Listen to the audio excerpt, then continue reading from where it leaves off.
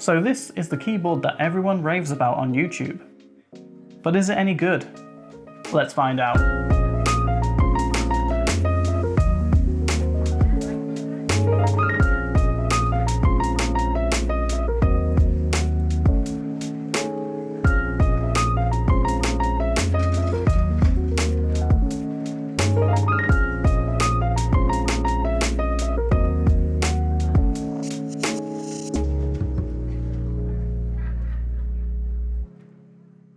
Hey, it's Chris, and today we're going to look at the Keychron K2, a wireless mechanical keyboard which works with PC, Mac, iOS and Android.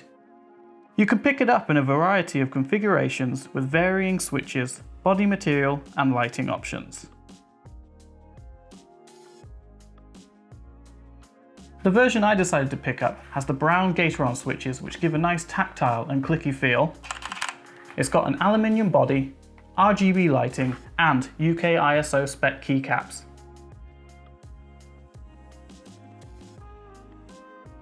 The build quality of this keyboard is absolutely superb, and honestly, you could probably do quite a bit of damage with it.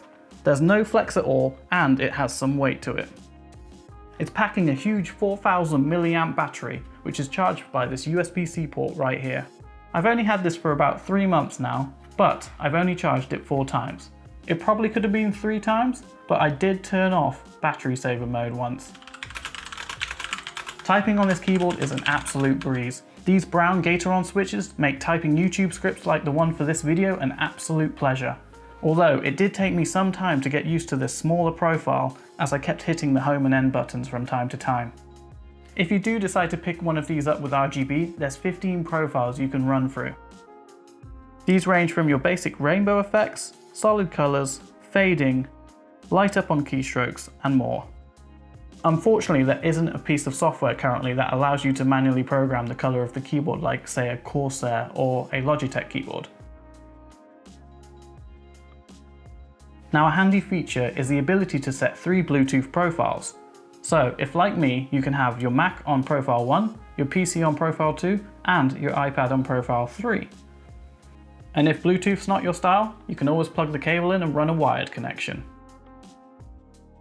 Now speaking about switching devices, this switch right here allows you to toggle from a Mac input to a Windows input, so you never have to worry about mixing up Command and Alt ever again. Now it's all sounding really good, isn't it? Maybe this is the best keyboard on the market and the hype is real. But unfortunately, it isn't. There's a few issues we need to talk about. Firstly, having USB-C is fantastic, but why didn't they include a full USB-C cable?